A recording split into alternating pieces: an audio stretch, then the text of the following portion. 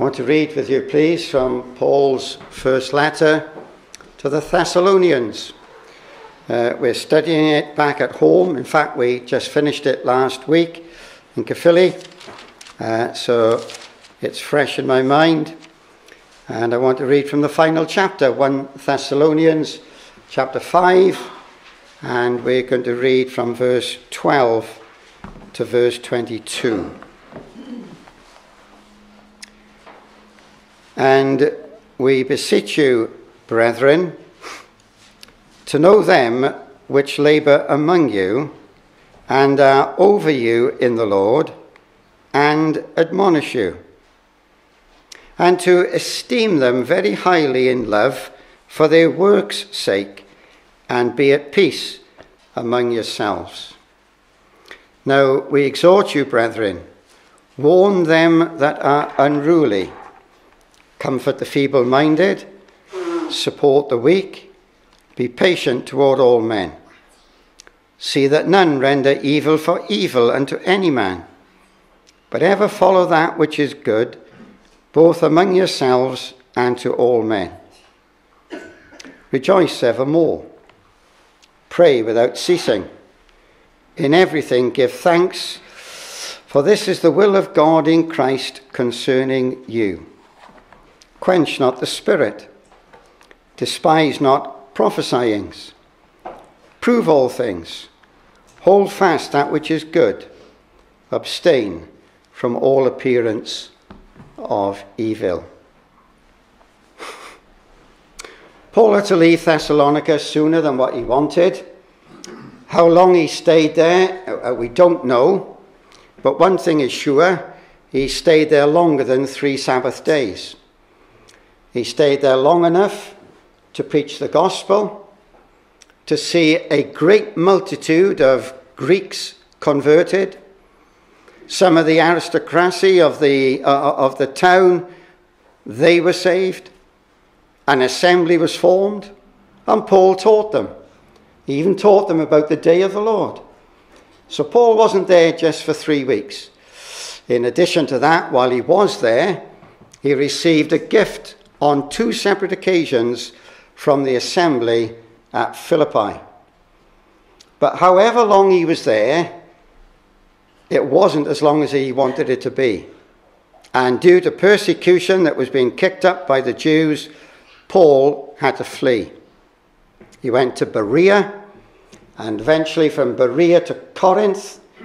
But such was his concern for the saints back at Thessalonica that he sent Timothy back from Athens to Thessalonica to find out how they were doing. Timothy made that journey, and I thought I was never going to reach Stratton-on-Foss. And when I did get there, I didn't know it was the place. But, it was only 2 and a bit hours in a nice, comfortable car. When Paul sent Timothy back from Athens to Thessalonica, brethren and sisters, he sent a man that was weak and sickly. That journey took Timothy many days.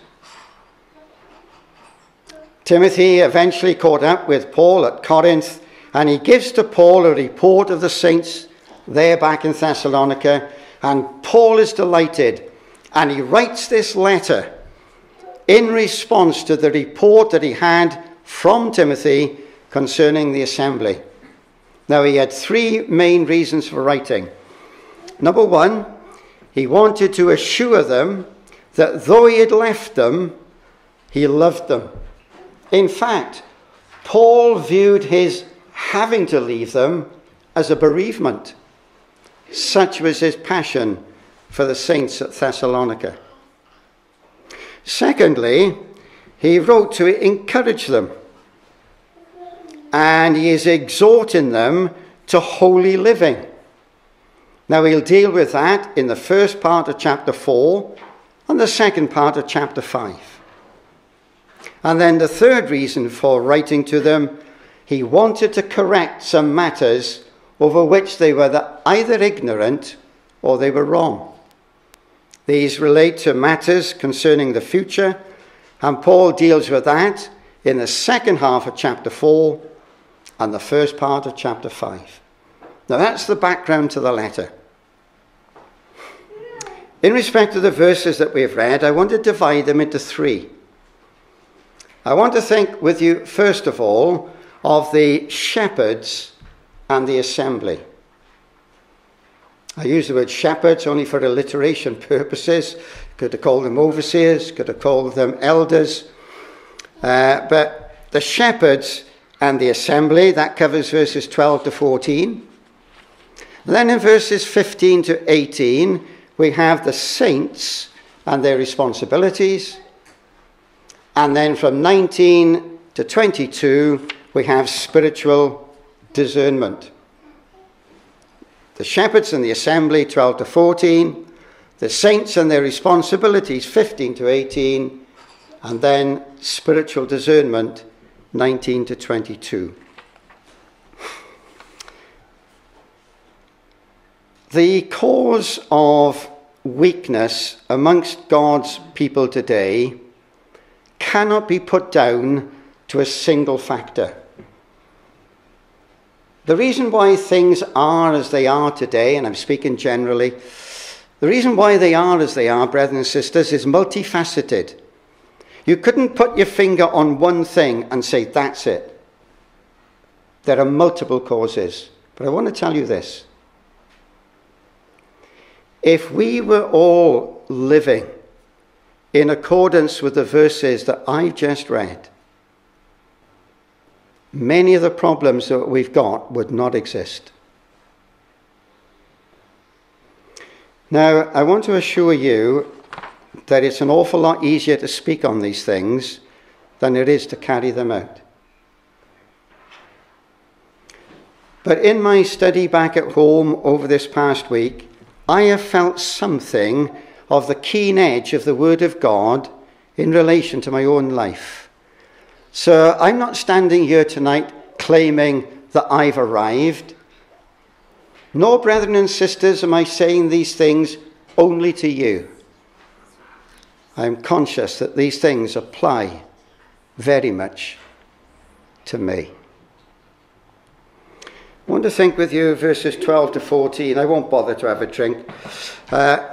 In verses 12 to 14, that was a subtle hint, Howard. In verses 12 to 14, we're going to think about the shepherds and the assembly. And Paul deals with it from 2 angles. Paul is going to emphasize the responsibility that the assembly has to its shepherds. And he is going to emphasize the responsibility the shepherds have to the assembly. In verses 12 and 13, Paul will present, this has come fresh from the well that was at Bethlehem. But I'm not going to pour it out.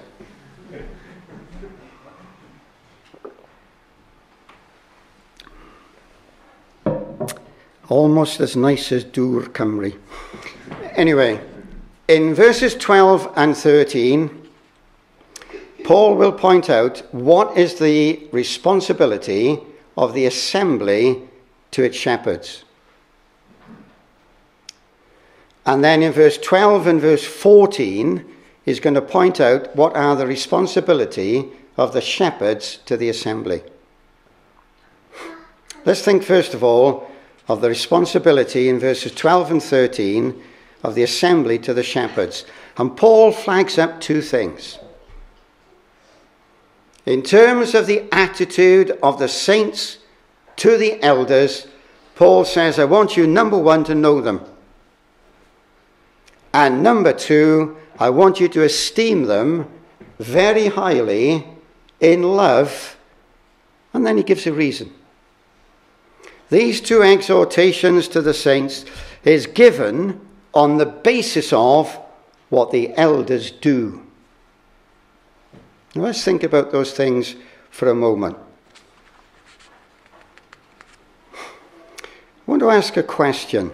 And trust me, I've come with no axe to grind. I've not come with any preconceived ideas whatsoever. And some of you I know and some of you I don't, and I don't know where you go. But I want to ask a question. Do you know who the elders are in the assembly to which you belong? And you say, yes, of course I do. It's written up on our website. And sometimes, you know, we got printed paper and we send letters and it's got the names of the elders on the letters. Well, I'm not here to throw stones, but that doesn't make a man an elder.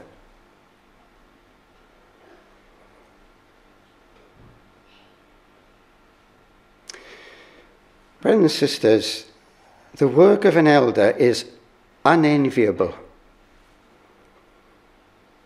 And honestly, why any man would want to be an elder, I was going to say, is baffling.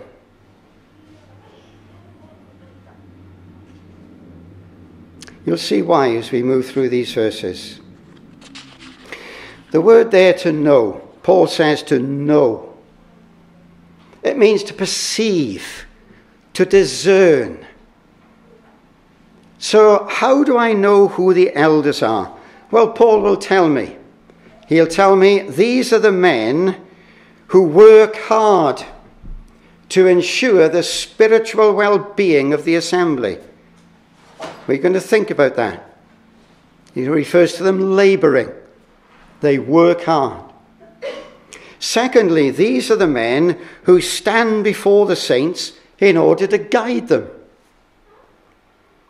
And thirdly, these are the men who, if necessary, warn and correct. Now, brothers and sisters, in the light of that, do you know who the overseers, the shepherds are in the assembly to which you belong? The men that work and toil for the spiritual well-being.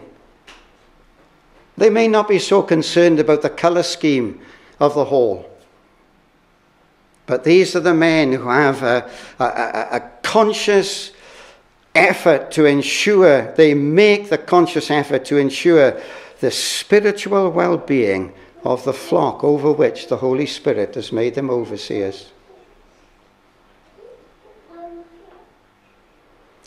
Well, where such men exist, what should my attitude be to such a brother or to such men? Well, the apostle says in verse 12, you esteem them. Verse 13, you are to esteem them.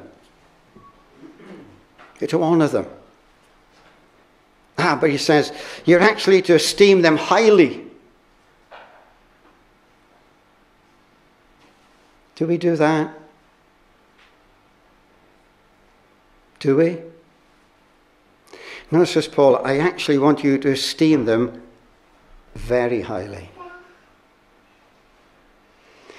Brethren and sisters, I want to say this, that where you've got men who fulfill the matters that we're going to explore in the next 10 minutes, I want to tell you they are worth their weight in gold. And they're conspicuous by their rarity. You might say, that sounds very hard, Richard. Look, brothers and sisters, trust me, underneath this veneer of steel and masculinity, there actually beats a very, very tender heart. And I'm not here to be hard. But I do believe that if there were more of these kind of men, we would have less problems than what we've got.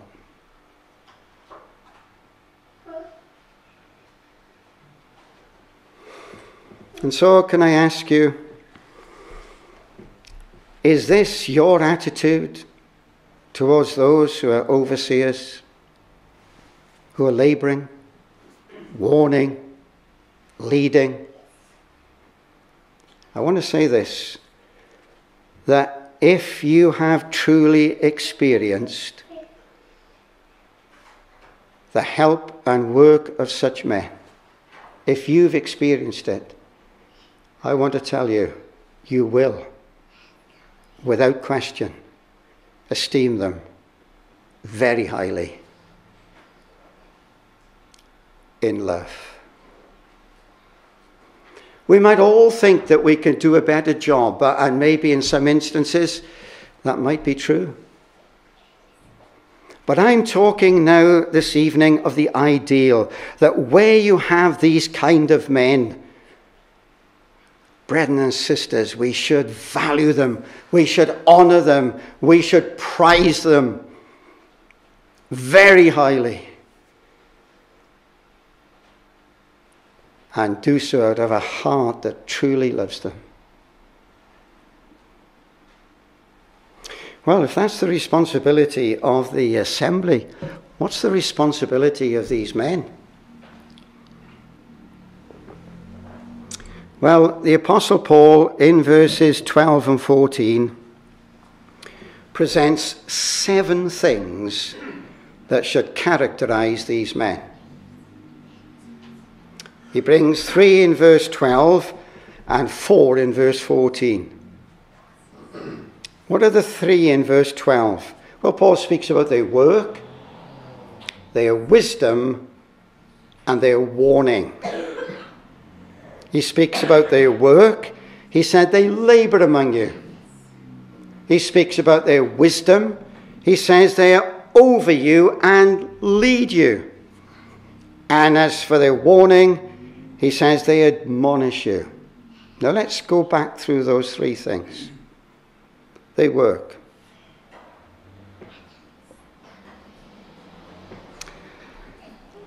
For a little while, I was linked to a publication that circulates amongst God's people. And I had a bit of a chip on my shoulder. Because it was the practice to, at the end of every article, to give a bio on the writer. And I'll be honest with you, I never found the need of it. Except on those rare occasions where the bio was relevant to the article that was written. But I didn't need to know that they were a grandfather of 42 children and they were happily married to Wendy or Mary or whatever her name was. And very often it would say, and he's an elder in such and such assembly. I was never happy with that. It wasn't like me to keep on about it, but I did. Because, brethren and sisters, to put that at the end of an article, and he's an elder in such and such an assembly, if it was pertinent to the article, fine. But if it's not, it shouldn't have been there. I tell you why. Because it makes it sound as though being an elder is a status. It's not. Brethren and sisters, the apostle refers in verse 12 firstly to their work. And the word he uses is that they labor among you. You know, what's the difference between work and labor? Well, work is what you do. Labor is how you do it. And the word labor means to toil to the point of weariness. I was listening to a brother ministering on these very verses, actually. It was some years ago. But with the wonders of modern science, you're still able to listen to it and watch it. And this brother said, I'm speaking to you elders. Are you tired? Well, you should be. I thought that was a wee bit sort of curt. But brethren and sisters, what Paul is saying here is that the overseer is a man that works to the degree there are times when he is weary. But where's the sphere of his work?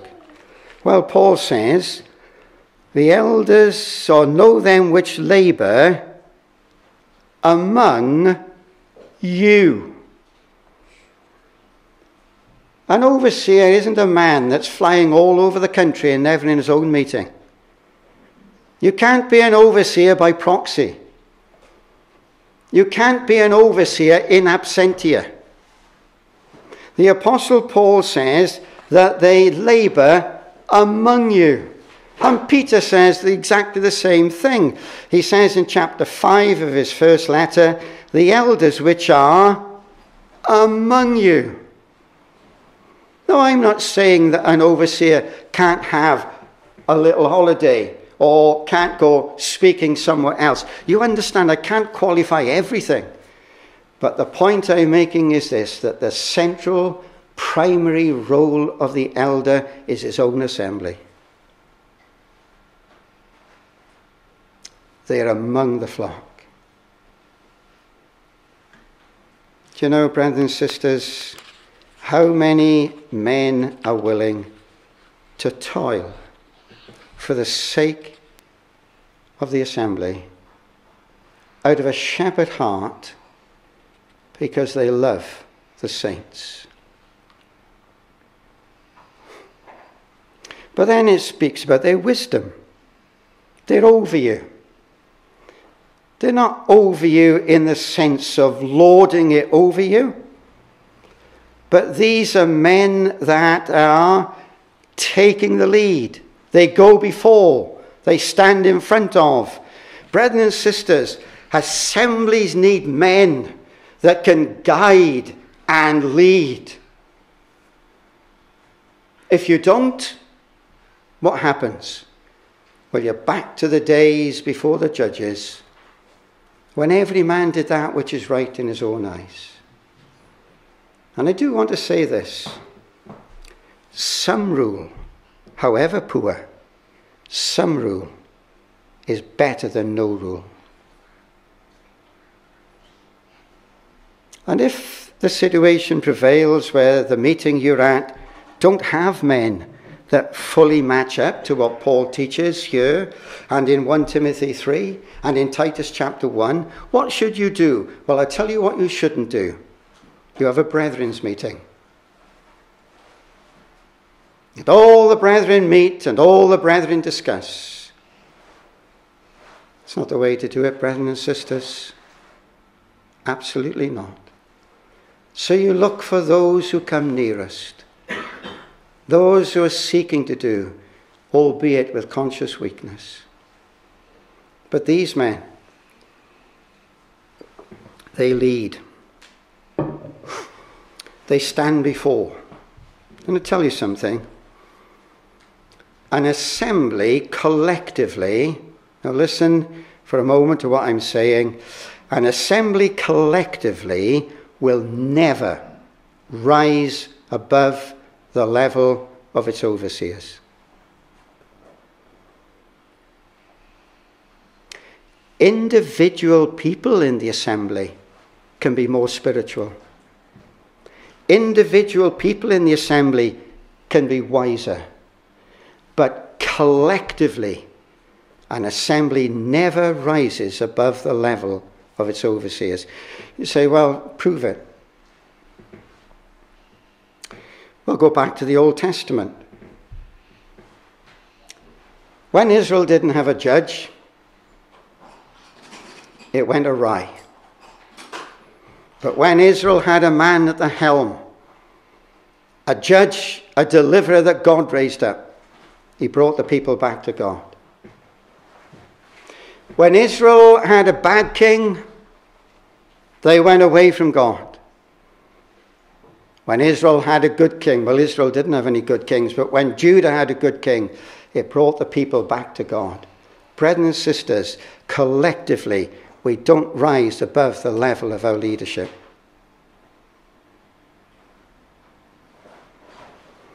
We need these men, brethren and sisters, to stand before. These are men of experience. These are men of maturity.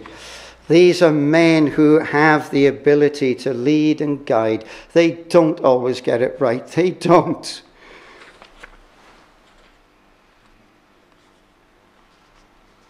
But we need men that stand before and lead. And the third thing, well, it says, not only do they labour, and not only do they lead, but he says they admonish you. Now, the word admonish in verse 12 is exactly the same Greek word as in verse 14, where Paul says, now we exhort you, brethren, warn. Exactly the same word. So what's the difference between verse 12 and verse 14, where in verse 12 Paul says, they admonish you, and in verse 14, we exhort you, brethren, warn or admonish them that are unruly. I judge that in verse 12, the warning comes before departure. The warning is given to preserve the saints from going astray. In verse 14, it's given when saints have gone astray. Far better, brethren and sisters, to warn before there's departure than have to admonish when departure has come. So the apostle says, I want you to admonish. Well, then we come to verse 14. And now we've got 4 spheres of responsibility of these men. And there are 4 responsibilities in relation to 3 classes of people. Who are the 3 classes of people in verse 14? The disorderly, the discouraged, and for alliteration, the delicate. Now, if you can come up with a better D, I'd love to hear it, okay? But he refers to the disorderly. Says they're unruly. The discouraged, he refers to feeble-minded. And the delicate, he refers to those who are weak. Now, to those 3 classes of people, the shepherds have a responsibility, a 4-fold responsibility. They are, number 1, to warn the unruly. Number 2, they are to comfort the feeble-minded. Number 3, they are to support the weak. And number 4, they are to be patient to all of them. Now let's go back over those things. Will you notice that Paul doesn't say, I want you to warn the weak. He doesn't say, I want you to warn the weak. And he doesn't say, I want you to support the unruly. Will you notice that the responsibility is directly suited to the condition of the individual? You warn the unruly, you comfort the feeble-minded, you support the weak. What do I learn from that? Brethren and sisters, we cannot treat all saints exactly the same. It is not a one-size-fits-all. Christians are individuals. And we've each got our own individual characteristic and foibles. And the overseer is the man that's got the wisdom to know how to handle each of these individual characters. What does he say? Well, he says, I want you to warn the unruly. Who are the unruly? These are they who are out of step. They're not in line. They're out of step. Not with the whims and the petty foibles of the overseers, but they're out of step with the teaching of the Word of God. Now, Paul says, admonish them, warn them. Can I stop there? Can I tell you truthfully? I don't like to be told I'm wrong.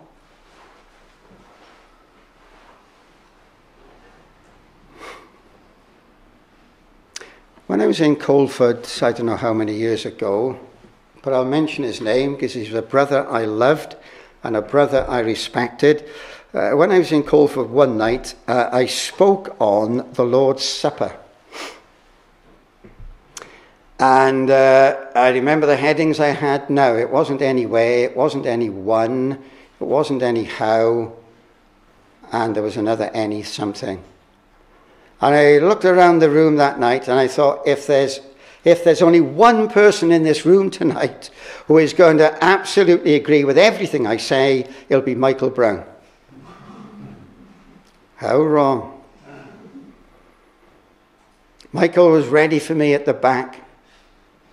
Richard. And he made it quite clear in his own unique way that he actually didn't agree with me at all. But you know, brothers and sisters, let's be honest. None of us like to be told we're wrong. Well, I don't. I don't enjoy. It wasn't the worst experience I've had. Many years ago, I spoke on Jairus' daughter in Llandaff North.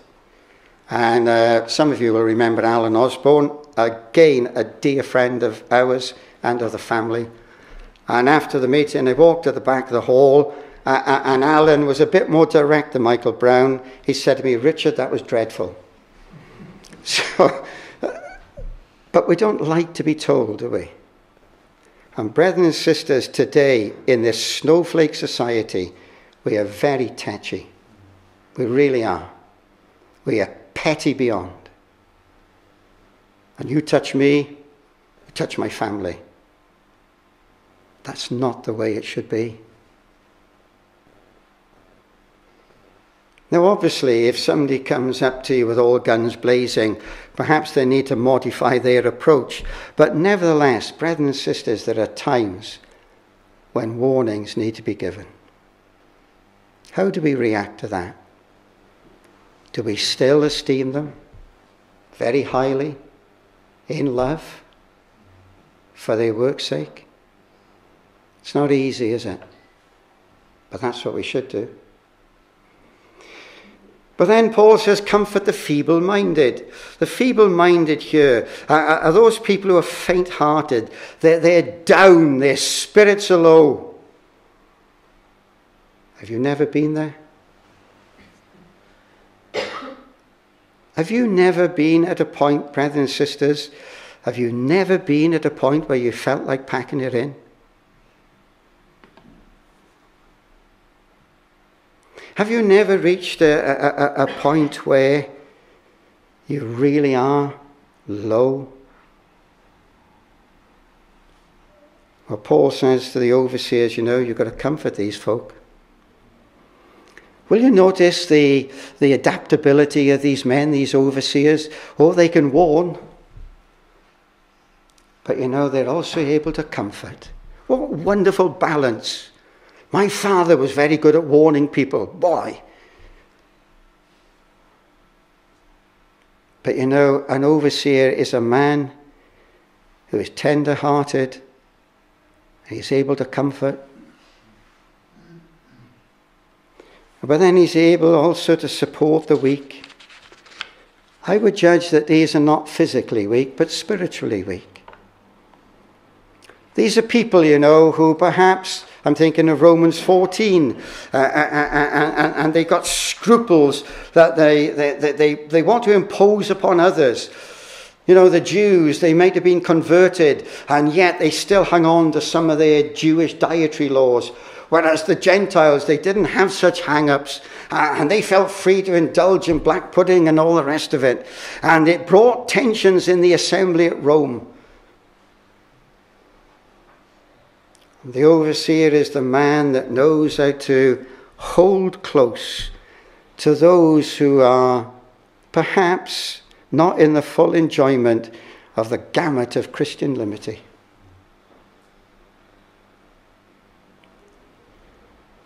But then, to all these, the delicate, the downcast, and the disorderly, Paul says to the overseers, be patient to them all.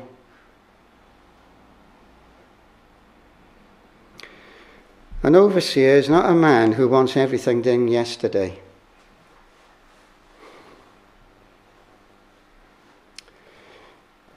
Brothers and sisters, Adam Clarke wrote, the disorderly, the feeble-minded, and the weak will exercise your patience and try your temper. But to all of them, the shepherd is to show patience. Trust me, it is so much easier for me to stand up here and say these things than to go back to Caerphilly and carry them out tomorrow.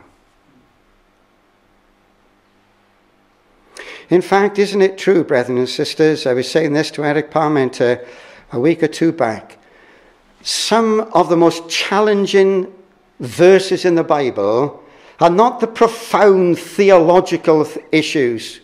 They're not couched in terminology that you have to be a Greek scholar to be able to understand them. Some of the most challenging verses in the Bible are written in plain, simple language.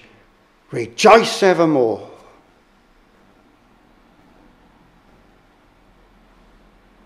Be patient to all.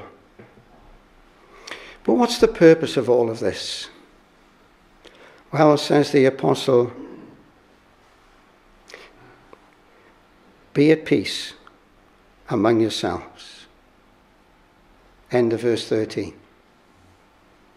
Whether it's the attitude of the saints to the overseers or the overseers to the saints, the bottom line, brethren and sisters, is this: be at peace. Can I just stop there?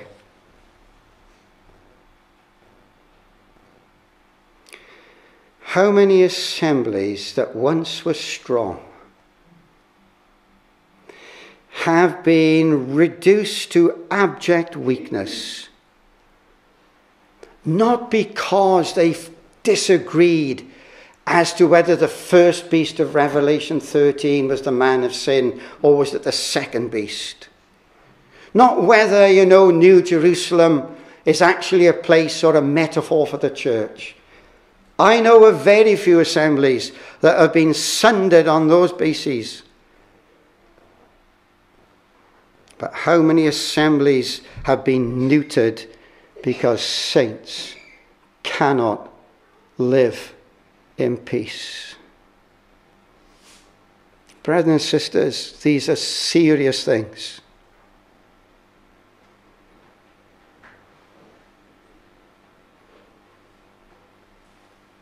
I'm not saying that because I'm aware of anything in this area. I'm aware of nothing. I speak with an open mind because I've not been pre-warned or preempted.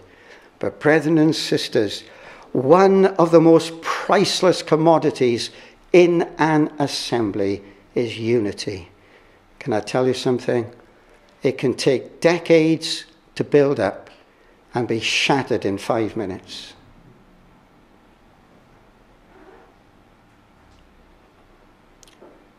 May God give us the burden to pray that the assembly to which we belong would be preserved in a spirit of unity and harmony. How good and how pleasant it is when brethren dwell together in unity. Now my time is nearly gone. Let's think of the responsibility of the saints. The apostle says in verse 15, see that none render evil for evil unto any. You think, well, that's fine. But wait a minute, who is he writing to? He's writing to Christians who are being persecuted. He's writing to Christians who are getting afflicted by unreasonable and wicked people. And yet Paul says, see that none render evil. Brethren and sisters, a French author, I don't know who he was, but I did check it up on online. A French author wrote the words, and you'll be familiar with it, most of you. Revenge is a dish best served cold.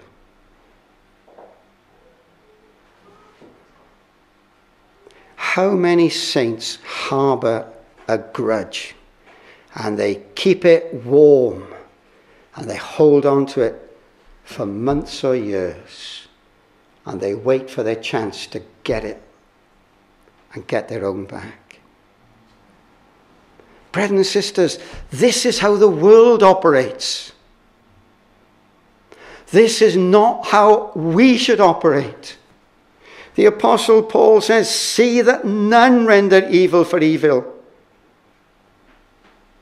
Who's the prime example? Who, when he was reviled not again. When he suffered, he threatened not. Brothers and sisters,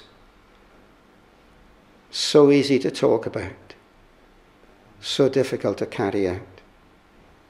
But says Paul, it's not just that you don't render evil for evil. He says, actually, I want you to go a step further than that. He says, I want you to follow that which is good. In fact, he says, I want you to ever follow that which is good.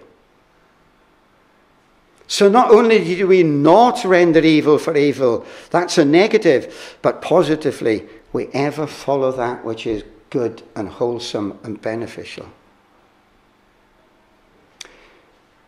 But then when you come down to verses 16, 17 and 18, we have three responsibilities Godward. Verse 15 is manward, but verses 16 to 18 are three responsibilities Godward. And for each one, Paul highlights the extent. So look at it. He says in verse 16, rejoicing evermore. Praying without ceasing. Giving thanks in everything. Let's just go back quickly over those things. Rejoice evermore. In the Greek, and I don't know any Greek, but in the Greek New Testament, that is the shortest verse. It's shorter than John 11, verse 35. Rejoice evermore. I could exhort you tonight to rejoice. I could look down on you now at this very moment and say, brethren and sisters, you should be rejoicing evermore. Can I tell you what? I would have no moral right to do it at all. And there's somebody in the room that undoubtedly will frequently remind me of this in days to come. But I want to tell you this. The man who did write these words had every moral right to exhort the saints to rejoice evermore. Because when he was in prison, in his own hired house in Rome, chained to soldiers, he wrote the epistle to the Philippians. And the word rejoice or rejoicing occurs more in that epistle than I think any epistle. And right into the Corinthians, he says, as sorrowful, yet always rejoicing. There's some saints who are always miserable, isn't there? Some saints who are always miserable. Now look, we're not meant to be going around with a silly grin on our faces. Brethren and sisters, let's be real. There are times when we don't feel like rejoicing. Or there are times when we do feel down.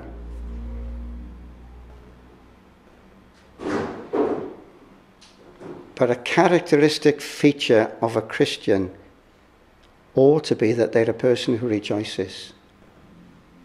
And when you think of what we've got, and what we are, and what we are going to be, we really do have reason to rejoice, don't we? But then he says, pray without ceasing. That is not a carte blanche for brethren in the prayer meeting to pray for a quarter of an hour. If you pray, brother, for a quarter of an hour, I mean this genuinely and kindly, if you were praying for a quarter of an hour, you were praying far too long.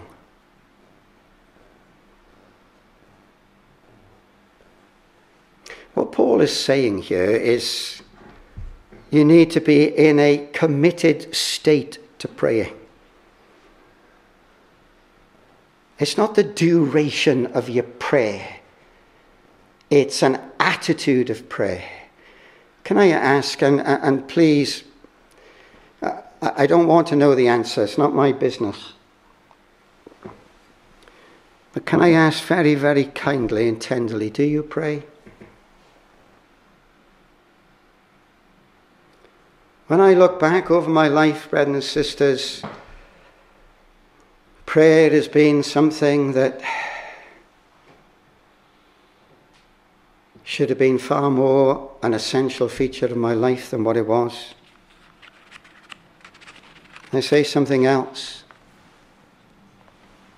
If I'm allowed to, and I have to say she is very patient, but if I'm allowed to not have to worry about doing the garden or putting another picture up on the wall if we can find space for it, when I'm allowed to be just left alone, I honestly could spend all day in my study and I would be as happy as a sandboy.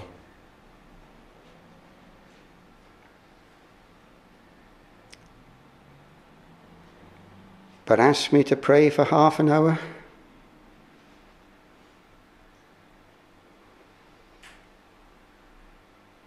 You see, there is nothing about prayer that appeals to the flesh. Absolutely nothing. Oh, Bible study can be thoroughly enjoyable. It can also be hard work and it can be heavy going. But Bible study can be captivating. But praying, there is zero about it that the flesh enjoys. You're holding a conversation with someone you can't see. You're engaging in a conversation for which there is no immediate response audibly. Brethren and sisters, maybe one of the reasons for the weakness that prevails amongst us is that we have lost the art of praying.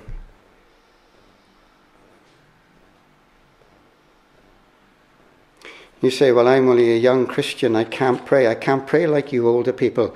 You be glad that you can't. Because there's nothing, well, that's not true, but it is thrilling and lovely to hear a young believer getting the words mixed up, spluttering and stuttering, but just talking to God from their heart.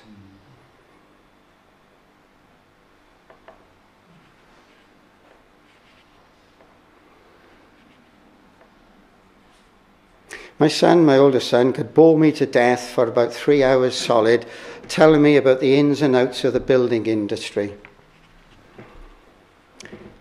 But I remember the first time that he spoke.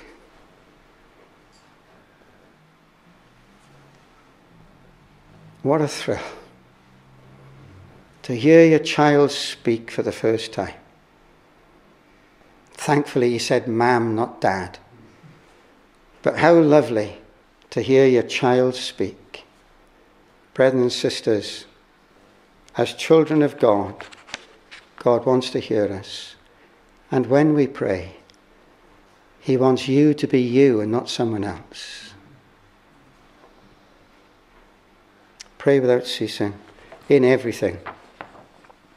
I read a good number of translations, and not one of them said for everything. Not one. It doesn't say for everything, give thanks. It says in everything. There's a great difference between the two. And happy is that Christian who, even when the chips are down, finds something in the circumstance that they can give thanks for. Now finally, verses 19 to 22, I'm not going to cover them. I just want to say this. Verses 19, 20, 21 and 22 apply today, but they are particularly pertinent in the days when the Christians didn't have a Bible. You see, you came to the meeting tonight and you brought a Bible either on your phone or in a book form or in some other form. You brought a Bible. And they are available cheaply anywhere. But in the first century, Very few Christians had a Bible. Very few. And bearing in mind 1 Thessalonians may well have been the first letter that Paul wrote. So none of the New Testament existed. How could God's people know what God wanted them to know? By the working of the prophet. And the prophet stood up and he was given a direct message from God for God's people at that moment. Now, how could we quench the Spirit? By that prophet having a word from the Lord but not giving it. Or giving a word when it wasn't a word from the Lord. Now, we can quench the Spirit today. Ephesians 4 speaks about grieving the Spirit. Grieving the Spirit is personal, I believe, and it relates to failure. Quenching the Spirit is not allowing the Spirit to have his liberty, and prompting and exercising and stimulating brethren to participate.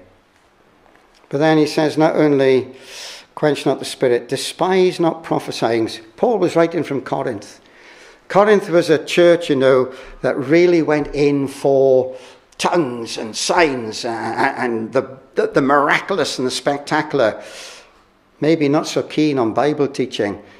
Paul, with that as his background maybe, is writing to this church, and he says, despise not prophesying. And then he says, prove all things, test all things. If a prophet got up and spoke, you weren't meant to simply take on board what he said. You were meant to do what the Bereans did and search the scriptures daily as to whether those things were so. So the apostle says, prove them, test what you hear. And then he says there will be one of two outcomes. What you've heard is either right or wrong. It's either good or evil. If it's good, hold it. If it's evil, abstain from it. Now, brothers and sisters, I have slightly run over time, and I apologize. Let me reiterate again. All these things are easy to speak on. They're altogether more difficult to carry out. And I have felt something of the weight of these things in my own study.